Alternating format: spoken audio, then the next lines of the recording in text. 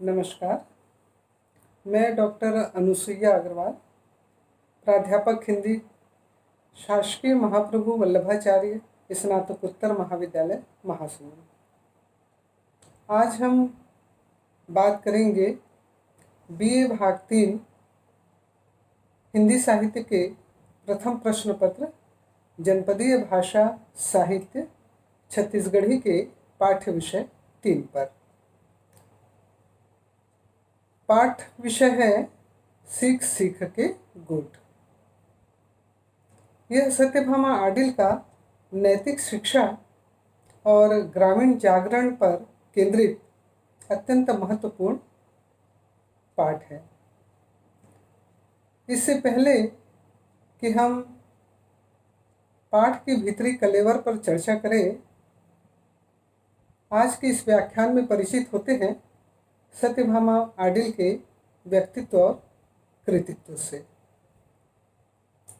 Doctor Satyabhama Adil का जन्म 1 जनवरी 1944 को दुर्ग जिले के एक छोटे से गांव पंदर में हुआ था और इन्होंने हिंदी में एमए पीएचडी तक की शिक्षा प्राप्त की है।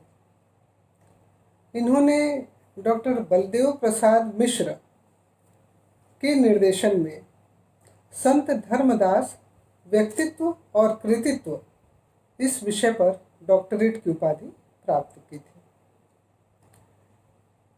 बीए भाग 3 के पुस्तक संपादन और पाठ लेखन के दिनों में ये रायपुर जिले के शासकीय दूधाधारी बजरंग महिला स्नातकोत्तर महाविद्यालय में हिंदी के प्राध्यापक के रूप में पदस्थ थी। छात्र जीवन से ही इन्होंने निबंध लिखना प्रारंभ कर दिया था और तब से लगातार इनका ध्यान साहित्य सेवा की ओर ही परिलक्षित होता है। उसके अनुसार इन्होंने अनेक महत्वपूर्ण ग्रंथ साहित्य जगत को दिए हैं, जिनमें प्रमुख हिंदी काव्य हैं निःशब्द सृजन, क्वार की दोपहरी, काला सूरज।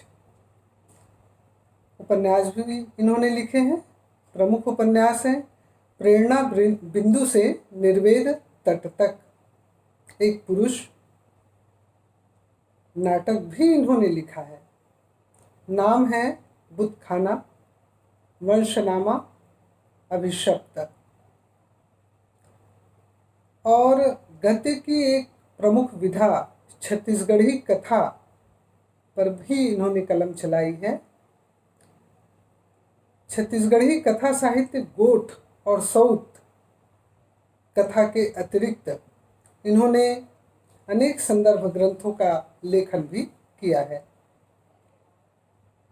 संदर्भ ग्रंथों के नाम अगर हम गिनाना चाहें तो प्रमुख संदर्भ ग्रंथ हैं छत्तीसगढ़ी लोक साहित्य और नवजागरण, छत्तीसगढ़ी लोक संस्कृति की जमीन, छत्तीसगढ़ी भाषा एवं साहित्य। ऐसा नहीं है कि इन्होंने ग्रंथों का लेखन किया और इनकी कलम थम गई। राष्ट्रीय और अंतर्राष्ट्रीय स्तर के अनेक पत्र पत्रिकाओं में समय समय पर इनके उच्च कोटि के लेख, निबंध, कविताएं निरंतर प्रकाशित होते रहता है। छत्तीसगढ़ी गद्य और पद्य दोनों लेखन पर ये समान अधिकार रखती हैं। इनकी रचनाओं में छत्तीसगढ़ की माटी की सोंधी महक है। इस महक को पाठ पढ़ते समय सहजता से महसूस किया जा सकता है। चूँकि सत्यभामा आडिल अध्ययनशील विचारधारा की रही हैं, अतः आलोचक के रूप में भी इन्होंने बहुत ख्याति अर्जित की। कठिन विषयों को सरल रूपों में प्रस्तुत करना इनकी खास विशेषता है। मध्य प्रदेश शासन पंचायत विभाग द्वारा सन 1976 में इनका काव्य क्वार की दोपहरी पुरस्कृत हो चुका है और ये पंडित शारदा प्रसाद तिवारी सम्मान तथा ग्राम भारती सम्मान से सम्मानित भी हैं। बात करें सत्यभामा अडिल के भाषा और शैली पर,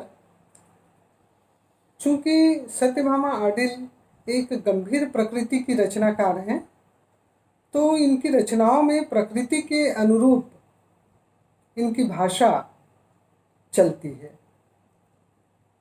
जैसे इनकी प्रकृति है उसके अनुरूप इनकी भाषा भी गंभीर है। आपको मैंने बताया ही है कि छत्तीसगढ़ी और हिंदी गद्य और पद्य दोनों ही लेखन पे और दोनों ही भाषाओं में ये समान अधिकार रखती है। तो जब हिंदी का लेखन डॉक्टर सत्यभामा अडिल करती हैं तो तत्सम और तद्भव शब्दों का प्रचुरता से प्रयोग करती हैं।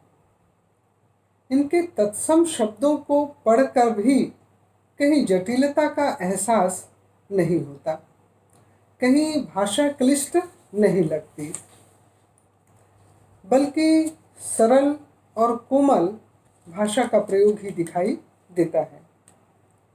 वाक्य छोटे छोटे और सहज बोधगम्य रहते हैं।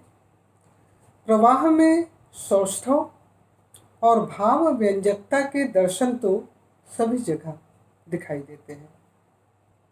इन्होंने व्याख्यात्मक और विवेचनात्मक शैली का प्रयोग अधिक किया है। शैली में तथ्य निरूपण का ढंग अत्यंत विशिष्ट है। तथ्य निरूपण स्पष्ट और प्रभावपूर्ण है। शैली सर्वत्र सशक्त और प्रवाहपूर्ण है। धन्यवाद।